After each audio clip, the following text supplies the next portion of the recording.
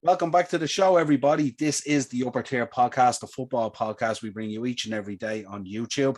And joining me tonight for a very special episode, the man who puts the legend in Legends 11, Tony Browne. How are we, Tony? How are you, Jay? That's some introduction. Thanks very much. Not a bother at all. So where do we begin with this Legends 11? Talk to me, give our viewers and listeners and subscribers a bit of a background to Legends 11, how it all begun, where it started, what it basically does. What is Legends 11? Yeah, well, the Legends 11 whole setup was set up by Colin Telford, ex-footballer who's from Belfast, very well known in the football world. And he had this idea, he just put it together about getting players of yesteryear from Liverpool, Man United, Celtic, European legends, and trying to help clubs and charities for fundraising. You just organise a match. It was slow enough starting off, and it kind of built up. And then with the recession and COVID and everything else, it hit a brick wall. But it's back on track again this year. There's a lot of interest, and I think people, apart from looking forward to games, going out and everything else, it's just something to look forward to. So yeah, they're kicking off again. Yeah, absolutely. I mean, the social aspect of it is huge. I was out in Maynooth when they did the kick-off night out in the Glen Royal, and Brian McClare was out there with Wes Browne and all, and it was a great night. And two quiet individuals. Yeah, absolutely. But what I liked about it as well is, and I'd say it to our viewers and subscribers as well, it doesn't matter what team you follow or where your allegiance is. It's great going to these nights and listening to these legends and stars of yesteryear. Like, I'm a Liverpool fan. I had a great night out there with Wes Browne and Brian McClare, especially Brian McClare. Brian McClare is absolutely crazy. He's off the scale. He's really, really good. But it was nice as well. These guys, even though they're connected with the club and various things and like that, they've no problem speaking their mind and answering questions on the night and all that kind of stuff. It's fantastic the way the nights are run and stuff like that. So I would say to any of our viewers and subscribers, regardless of what team you follow, get out to some of these matches and some of these nights, because they're great fun, like, and then regardless of who you follow. So 100%. What's the kind of, obviously you mentioned, COVID must have been terrible for you, because this is kind of very, it's on the ground, on hands, very much a social event and stuff like that. So like with social distancing and not being able to meet each other and not be able to do travel and all that paved way to it. But what's the typical workload like in terms of, if someone contacts you today and says, I'd like to organise a fundraiser for an Astro pitch or whatever it is that they want to fundraise at a club level or a charity or whatever it is. What's the process really in terms of the workload for someone like yourself? Well, I usually go out and meet the clubs or charity. I tell them what's involved, what we bring to the table, and then I tell them what they need to do. I kind of have a blueprint. I've done games myself, Niall, and this where myself and Colin work so well. I kind of get more heavily involved with the clubs, because I've done games myself. I give them my experience on the games. I give them the good and the bad. I have to, because I have to explain how it works. A lot of people will come to the end result and they see the game and they go, I want to do that, but they forget the work that went beforehand, whether it's a 3-month, 6-month or a 12-month project. Some clubs could come to me a year in advance, say, look, we want to do this, and they go off, they get their fundraisers, they get their network of people to sell it, they get their ground, they get the hotel. It's a real kind of thought out process. And one or two games where people go, oh, I didn't realize there was that much involved. But there is, because it's, yourself, in any club, there's always a nucleus of people that seem to be, that do everything. Yeah. But you need a kind of subcommittee if you're doing an event like this. And everyone has to be on the same wavelength. Yeah. You know what I mean? But when it comes together, it's like, I said to the guys, it's like opening a box of jigsaw, right? And throwing it on the table. That's a Legends match. And then it all clicks in, comes together. You know what I mean? Colin, in fairness, would look after the players more so than I would. And I kind of help the clubs, and I'm always at the end of a phone call to advise them. And 99% of the time they do listen. They might tweak things a bit. I've also learned myself from doing games with club. I've never seen that before. So I'd bring that to the table as well. It's anything to help the club. or the charity to make it a fun process for everyone. Like, it is tough, don't get me wrong, but it's well worth it. You know, when you see the crowd and you see the dinners and the auctions and the meet and greets, and people can't believe they're sitting beside John Aldridge or Brian McClare or Wes Browne. You've seen what they were like that night. You know what I mean? They might be biased towards their club, but they're very honest when it comes to football. You know, but it is hard work. It's hard work for us, but it's also hard work for the club. But we're there to help them. You know what I mean? And we give them a voice when they want it. Yeah, that's brilliant. I'd say with the legends that you deal with as well, there's so many contrasting personalities as well. Because I remember I was out there that night, and like Wes Browne is there and Brian McClare's there, and you couldn't have two more contrasting personalities, really. Like it was like Laurel and Hardy, really. You know how you put them together and stuff like that. But both, it was absolutely brilliant. I thoroughly enjoyed the night and stuff like that. I would definitely recommend it to people. Who are the kind of players you're dealing with at the moment, Tony? As we stare into the summer timetable and the summer schedule. Well, the Liverpool players, you'd have John Aldridge, you'd have McAteer, Jason McAteer, Ronnie Whelan, Ray Houghton, Jan Molby, Jimmy Carter, Howard Gale. They're the kind of Liverpool lads we have. Alan Kennedy. Alan Kennedy is an unbelievable fella. Don't worry about Alan Kennedy and his age. He's still the very same individual as he was 30 years ago. He's the same enthusiasm and passion, will to win. He still gives out to the lads to give away the ball. Like, you know, he's one of them fellas. These lads might be getting on and whatever, but it doesn't leave them, Niall. Once they cross that white line, they still want to win. Yeah, absolutely. I don't think that leaves them. You know, same with the United lads, Brian Robson, Ray Wilkins. Ray was great. God to be good to him. He was another brilliant legend as well. We've Frank Stapleton there, we've Wes Browne, we've Chalky, Chris Eagles has come in, Dennis Irwin, you know, so they still have it, you know what I mean? And they're great fun to be around. The Celtic boys, you have with Larson over a couple of years ago, Petrov, Lubo, you know, Reggie Blinker, Van Hooijdonk, and they're still loved and cherished, and the fans just adore them. You know, even when we go to the games, they go, "Oh my God, I can't believe Reggie Blinker's here, or Brian Robson's here, or McAteer." You know, the goal against Holland, he's still getting that. You know, although the World Cup, if you remember, against Mexico, he still gets asked about that. That was '94, I think, Niall. Yeah. You know what I mean? Yeah, so it's still great nostalgia. It's great fun.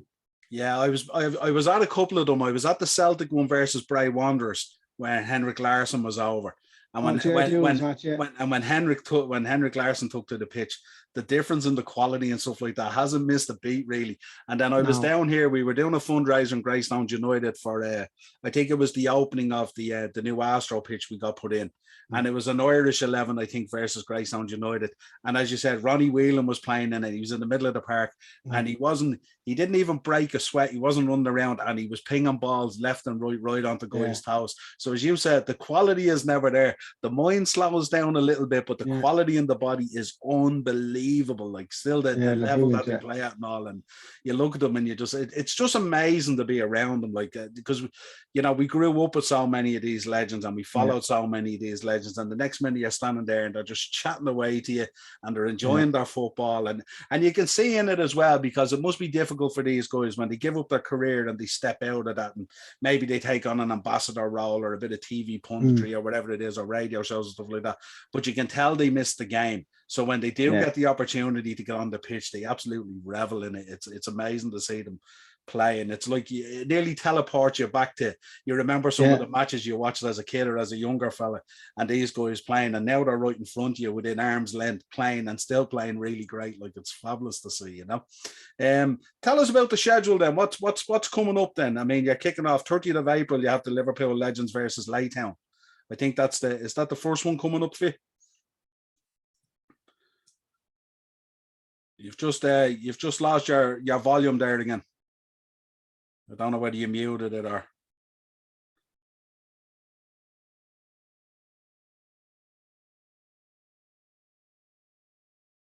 No, still silent. You went silent for the Liverpool Legends game. No. Hang on, I pause it. So yeah, I think, Tony, the first game coming up is at the 30th of April, Liverpool Legends versus Laytown. Yeah, but that's the 30th of April, up in Drogheda, sold out. That's a fundraiser for the chap who was who died in an accident tragically. So that was sold out. And then we have Liverpool Legends again in the 21st of next month.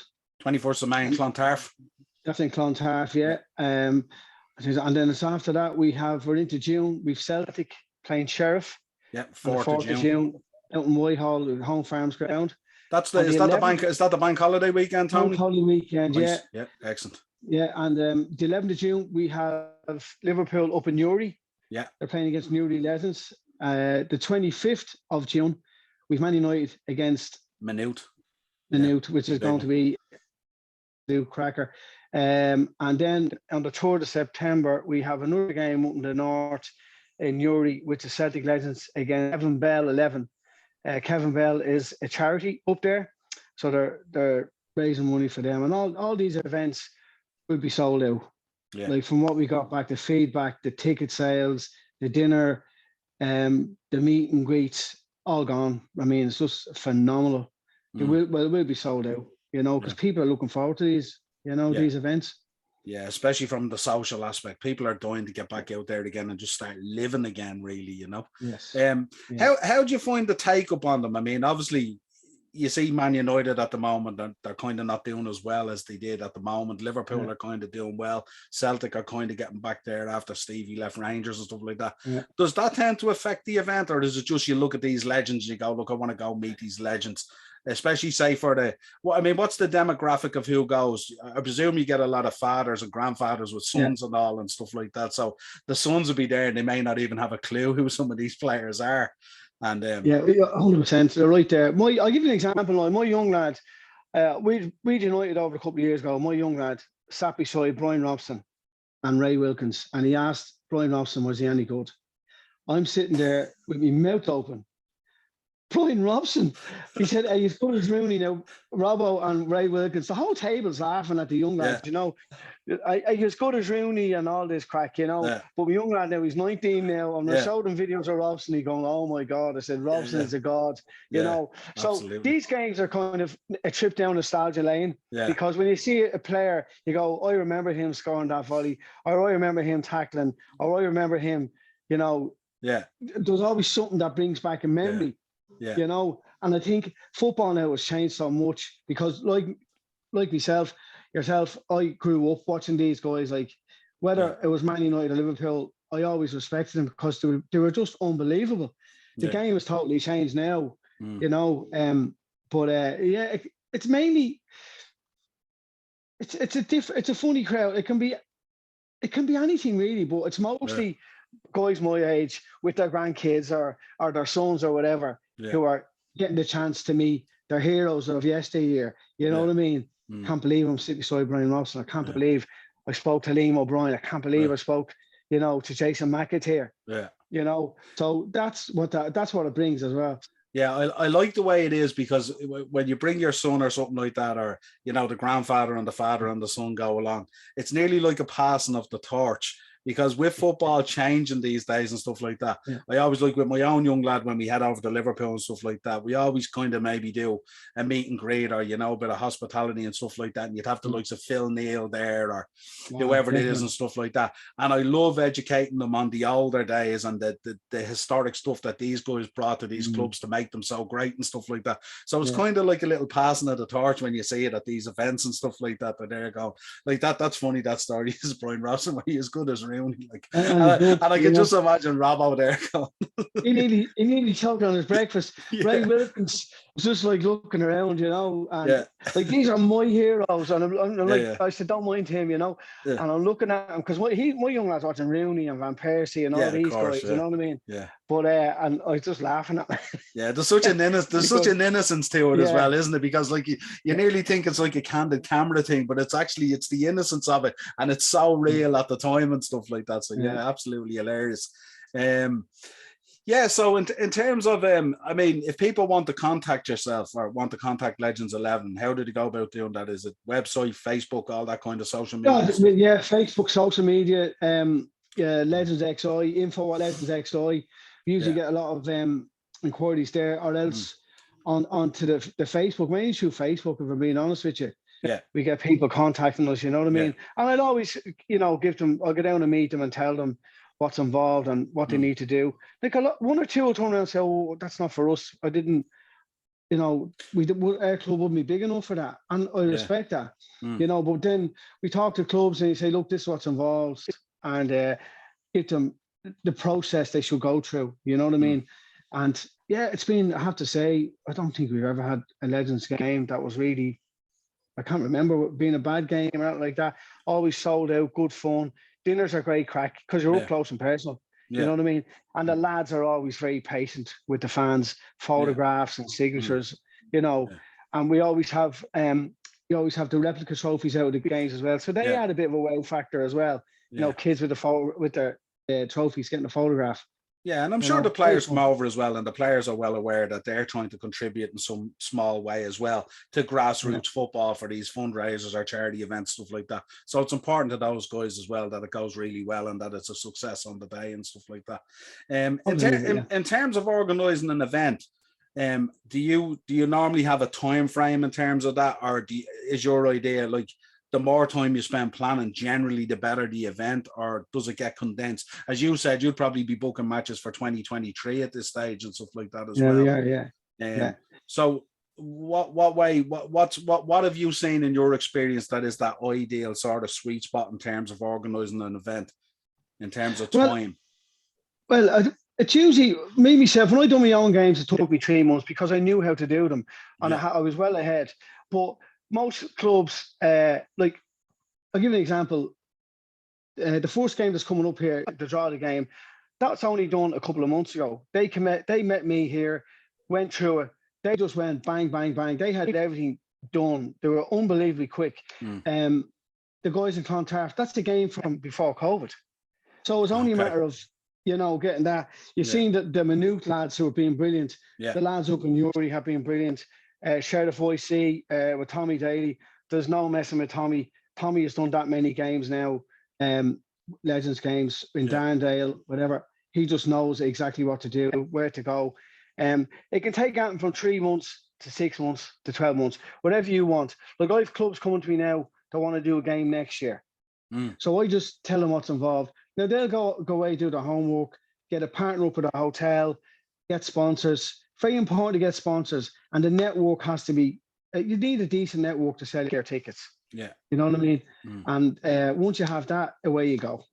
Yeah, No, yeah, it sounds it's fascinating as well, because obviously from year end as well, you're trying to pull, if you're doing like a Man United Legends or something like that, you're pulling all these guys in and you're working with different schedules, and I'm sure these guys at times have different commitments at different times and stuff that. So the planning is absolutely key to deliver all these guys on that date at the right time and stuff like that for that match and stuff like that. Well, I'll tell you what, that's where Colin Telford now, my partner in this, Colin, like he's the guy, he's the glue, because he would, the planning, that man, it's easy for me, I can just meet people, whatever. Like he used to get the players. We had so many games this year, like that's 60 phone calls he had to make. That's 60, because we're using 60 players, it's ongoing. Who's available, who's working, so-and-so could be working that day, we have to change it, that's his headache. It's really what day or what date all 11 come together, or 12 or 15 or whatever you're using, and you have to pull it together that way, to fit that schedule and stuff like that. So I'd say the planning on it is huge. Massive, because me and him would be talking every day, twice, 3 times a day. Where are we here? He'd have to go to the players. He's had to try and get them in at the same time, and it's getting them home. That's his headache, in fairness, and he's brilliant at it, I have to say. You know what I mean? And it's getting the lads, look, we have this fella, but this fella's not available. And then another situation could arise where you get a phone call 2 weeks, 3 weeks before the game, so-and-so's available. Then you go back to the club and say, look, so this fella's available, just want him? Yes, no, whatever. A lot of the time they'd say, yeah, Jesus, come on, bring him, we'll use him. It's another big name, you know what I mean? No, it that's is a lot of brilliant. fun. It's good fun. It's interesting. I just can't imagine the minefield of trying to pull all these guys together for a single date and the work and the planning that goes into it. And of course, these guys' schedules are moving all the time. They could be called in at any stage to do jobs or appearances or whatever it is. Yeah. So it's fascinating. Well, we'll drop all the links down below in the episode as well. It's a pleasure having you on. And look, we'll have you on again closer to the games as well. And hopefully we'll be at some of the games and we'll chat to some of the guys and stuff like that. And we'll shoot some footage and stuff like that. No problem. Because the one thing I find when I go to these events is it's like we're all football fans, and it's just there's an energy and there's a vibe about it. And if you're generating money for a good cause as well, there's a great feeling around the place as well, and all that we're achieving this as a byproduct of having a great day and a great time and being around these legends of yesteryear and stuff like that. So thank you for coming on. Appreciate the time. I'm sure your schedule is hectic, especially coming in now that it's the summer season, which is, I presume, is your busy period as well, is it? Once you come into that kind of summer season, is that where you kick really, or is it throughout the year? No, throughout the year. We could start games in April, right? And then they could go on. Like we have a game in September. Yeah. I met another crowd last week up in Belfast that are looking to do a game this year in August. So when I went to Colin, I said, look, we might have another game in August. He looked at me. Are you serious? No, I said, these are ready. They have a ground. They have a partner. They have everything done. And they were so excited when I met them. They're Man United, daft, and it's for their charity.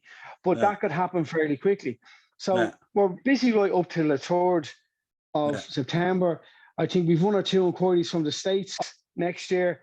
We were in New York a couple of years ago with the Man United legends, and that was an unbelievable experience. Yeah. So we have a bit of interest there, Boston, Chicago, and New York, about bringing teams over. So that itself is a massive headache, and that's why I've no hair. No, I can imagine the logistics of that. I tell you, I was over there. I was in New York 3 years ago, and I went to Carragher's Bar. It's just off Times Square. Oh yeah. And you have to book a spot in the bar for a match day 3 weeks in advance. Yeah, and if you've seen the queue loops around the building twice to get into it and stuff like that. Yeah. It was absolutely crazy, and bedlam on the day. It was just mental.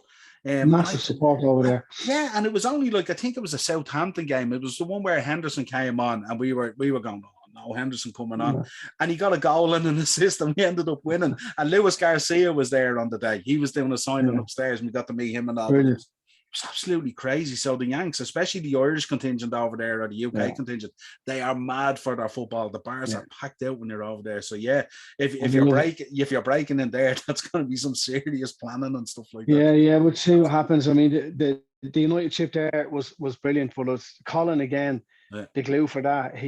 I don't know how he done it, but he did, But it was a lot of work. 4 days of hard work. It was a bit of crack, don't get me wrong. We had a bit of fun. But my God, the heat, 35 degrees, playing the match, But it was great. And they kept the ball. Yeah, when you talk to me about going to America, I think of Jack on the sideline with the white baseball cap and Stevie Stanton and all the boys getting burnt on the pitch, and Aldo going absolutely crazy because he can't get on. So America's just mental for us, especially as Irish fans and stuff like that. The history there is crazy. Well, listen, a pleasure having you on. We'll be in touch soon anyway, and we'll get some of the lads on and get yourself on, and we'll promote some of these games and stuff like that and push them out there for you. Brilliant. Appreciate that. Thank you. Appreciate it, Tony. Talk to you soon, pal. Cheers, bud. Cheers.